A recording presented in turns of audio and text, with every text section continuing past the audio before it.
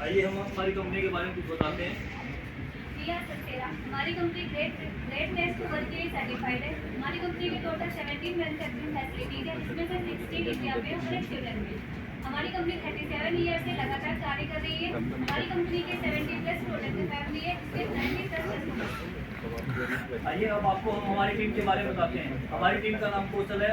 हमारी जो टीम है eliminating sleeping issue due to sleep disorder, हमारी जो कैटेगरी है वो इसकी है। मेरा नाम शैलेंद्र है। मेरा नाम चिराग है। मेरा नाम केतन है। मेरा नाम विक्रम है। ये एबीसी कैटेगरी क्या है भाई? ये मतलब वो प्रॉब्लम जो हम खुद सॉल्व कर सकते हैं। बी मतलब वो प्रॉब्लम जो इसके में अंडर डिपार्टमेंट होगी। और सी मतलब वो प्रॉब्लम जिसमें में टॉप मैनेजमेंट की डिपार्टमेंट होगी। तो आपने एक ही सिलेक्ट किया, हम इसको खुद प्रॉब्लम ए में क्या सिलेक्ट किया? ए में हमने सेफ्टी सेलेक्ट किया। सेफ्टी को ही क्यों सिलेक्ट किया? सेफ्टी को सिलेक्ट करने के लिए हमने सर्वे कराया, जिसमें ट्रेनिंग एसएससी सभी को इंक्लूड किया, सभी ने स्कोरिंग करी और स्कोरिंग में सबसे ज्यादा रेटिंग सेफ्टी को मिला, क्योंकि पिछले कुछ दिनों से हमारी कंपनी में नियर मिस के इंसिडेंट बढ़ रहे थे, जिससे कि सभी का रुझान सेफ्टी की तरफ ज्यादा हो गया था, इसलिए हमने सेफ्टी को चुना। सेफ्टी में आपको क्या प्रॉब्लम मिलेगी? सेफ्टी में हमें स्लीपिंग इशू मिले, इसकी वजह से जो सेफ्टी रिस्क थे वो वर्कप्लेस से बढ़ रहे थे। इससे क्या इम्पैक्ट हुआ? इसकी वजह से फिजिकल इंजरीज हो गया, पेन और डिस्कम्फर्ट हो गया, फियर एंजाइटी हो गया, लॉस ऑफ कॉन्फिडेंस हो गया और फाइनेंशियल कॉस्ट भी हो गया। इसका इम्पोर्टेंस क्या है? इसकी वजह से हम एक्सीडेंट को रोक सकते हैं, सेफ्टी को इंश्योर कर सकते हैं और हेल्थ केयर कॉस्ट को भी कम कर सकते हैं। अरे भाई सब हवा में चल रहे हो, कुछ गंदा भी किया आप लोगों ने। तो ये गंदा हमने पिछले क्वार्टर का एक घटना चेक किया, जिसमें 5 इंसिडेंट नियर मिस मिले, जिनमें से 45% कंट्रीब्यूशन था वो मशीनिंग एरिया का था और 60% कंट्रीब्यूशन हमारा फाइन एरिया का था, जिसमें भी हमारा होल्डिंग ऑयल का प्रोडक्ट मिल रहे थे, हमें आरपी ऑयल हम टॉप कर रहे थे और इंश्योरेंस कर रहे थे, तब भी हमारा जो ऑयलिंग ऑयल है वो जमीन पे गिर जा रहा था। पीएफडी भी चेक किया आपने ऐसे ही? हाँ जी, हमने हमारा पीएफडी भी चेक किया। जब हमने हमारा पीएफडी चेक किया, जैसे जेट वॉशिंग होता है, उसके बाद विजुअल इंस्पेक्शन होता है, फिर रोबोट इंस्पेक्शन है, फिर ऑयलिंग और पैकिंग है। हमें ऑयलिंग और पैकिंग में भी दिक्कत मिली। ऑयलिंग पैकिंग में सबसे पहले ऑपरेटर 2 पार्ट को अनलोड करता है, फिर हाथ से ऑयल लीड करता है, फिर पैकिंग करता है और डिस्पैच करता है। ऑयल एसेंस में क्या प्रॉब्लम मिली आपको? ऑयल इशुएंस में हम ड्रम यूज करते हैं, इसके लिए ट्रॉली पे इसको रखते हैं, इसके लिए 2 ऑपरेटर लगते हैं, जो एक मूव करता है और एक पीछे से इसको होल्ड करता है। इसके बाद इशुएंस एरिया में हम लेके जाते थे, यहाँ पे हमें स्लीपेज मिली, इस तरीके से हम ड्रम यूज करते थे। अच्छा, तो ऑयल टॉप अप में क्या प्रॉब्लम मिली आपको? जब हम वहाँ से इशू करके लेके आए तो हम एक स्टैंड रखते थे, फिर बिन रखते थे, इसके ऊपर फिल करके उसमें ऑयल को फिल करते थे। जैसे ये फाइनल एरिया पे था, ये मशीनों पे भी पॉपअप मैनुअली ही हो रहा था, यहाँ पे भी हमें लीकेज मिली। अरे ऑयल प्रोसेस में भी कुछ प्रॉब्लम थी? बिल्कुल जी। अरे थोड़ा एलाबोरेट करके बताओ यार। हमारे रोबो का हमारी कन्वेयर थी, वहां से जो हमारा ऑपरेटर था वो मैनुअली पार्ट को उठाता था और आरपीओ बिन में रखता था। जब आरपीओ बिन से वो पार्ट उठा के सोकिंग बिन में रखता था, उस वक्त कुछ ड्रॉपलेट जो है हमारे होनिंग ऑयल के वो हमारे जमीन पे गिर जाते थे, जिसकी वजह से स्लीप इशू बढ़ रहे थे। अरे कुछ गोल भी सेट किया आप लोगों ने? हाँ जी सर, हमने हमारा टारगेट भी सेट किया। हमने हमारा टारगेट लिया स्लीपिंग इशू को जीरो करना। ये हमारा गेम चार्ट है, जिसके अकॉर्डिंग हमने एक्टिविटी प्लान की। अरे कुछ डाटा भी कलेक्ट किया है? अगर बिल्कुल लाइक किया, बताओ। होनिंग प्रोसेस के पहले बिफोर और आफ्टर अपने कंपोनेंट का वेट चेक किया, जिसमें कि बहुत ज्यादा वेरिएशन मिला कि एक पार्ट में हमारा जो ऑयल लगा था वो 0.4 ग्राम लगा था और किसी पार्ट में 1.5 ग्राम लगा था, जो कि रैंक 1.5 ग्राम का, जो कि बहुत ज्यादा थी। ब्रेनस्टॉर्मिंग की आपने? हाँ जी मैम, इसके बाद हमने ब्रेनस्टॉर्मिंग की, जिसमें हमें 9 पॉसिबल रीजन मिले, जिसको हमने कॉज एंड इफेक्ट पे लगाया।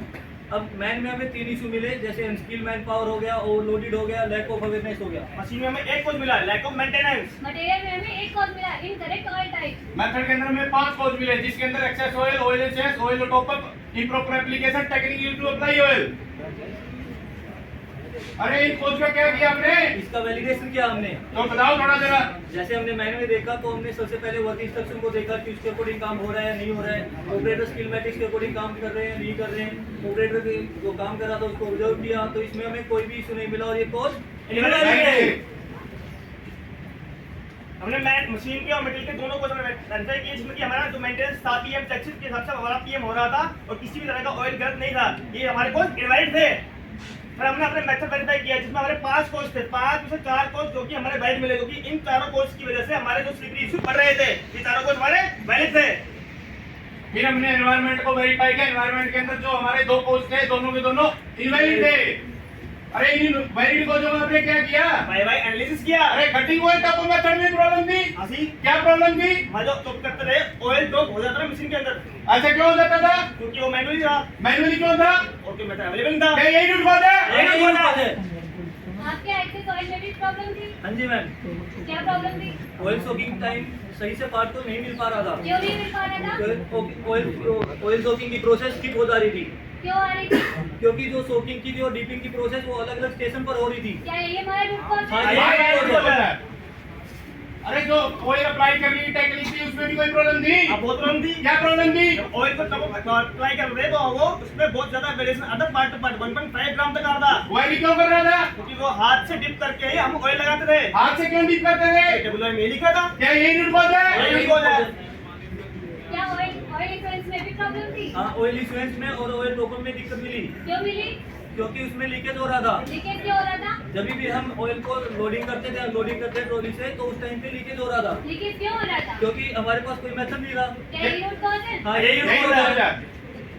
अरे जो ये आपका कटिंग ऑयल टॉप अप करने का मेथड था उसका कोई एक्शन भी लिया आपने? अरे बहुत एक्शन नहीं सर। तो बताओ इसके बारे में थोड़ा। इसके लिए हमने क्या किया, हमने एक सेंट्रलाइजर कूलेंट को ट्रांसफर करने का मेथड डेवलप किया, जिसमें हमने एक मिक्सर लगाया जिसको जीएम वाटर और कटिंग ऑयल से कनेक्ट कर दिया, जो कि ऑटोमेटिकली मिक्सर को कूलेंट में ट्रांसफर करके सभी मशीनों में हमारे कूलेंट को डिस्ट्रीब्यूट करता रहा, जिससे कि मैनुअल इंटरवेंशन सब कुछ खत्म हो गया और कटिंग ऑयल हमारी जमीन पे नहीं गिरता है।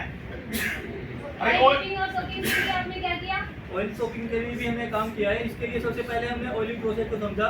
जैसे कि ऑयलिंग मेथड दो तरीके का होता है कि हम स्प्रे करते हैं या ऑयल डिप करते हैं। इसमें ऑयल डिप करने से एक यूनिफॉर्म लेयर बन जाती है जो कि बैरियर का काम करती है, जो ऑक्सीजन और मॉइस्चर से पार्ट को बचाती है। जब हमने इसको समझा तो हम यूज कर रहे थे, वो डिपिंग मेथड यूज कर रहे थे। जो सोकिंग टाइम था वो 2 सेकंड मिल रहा था और सोकिंग टाइम 2 मिनट था। इसके लिए सबसे पहले हमने जो ट्राई किया, एक हमने बॉक्स बनाया जिसके अंदर हमने स्पंज लगा दिया ताकि जो उसका पार्ट डिप वाला जो प्रोसेस है उसको हम खत्म कर पाए। इसके अंदर हमने पार्टों को रखा, इसको क्लोज किया। ये इस तरीके से हमने फर्स्ट ट्राई किया कि हमने उसके अंदर स्पंज लगाया और यूज किया। जब हमने इसको किया तो हमें 2312 पार्ट रस्टेड मिले, जो कि big and bore and clean rust मिला। क्या हम इसमें पास हुए? नहीं, फेल हुए।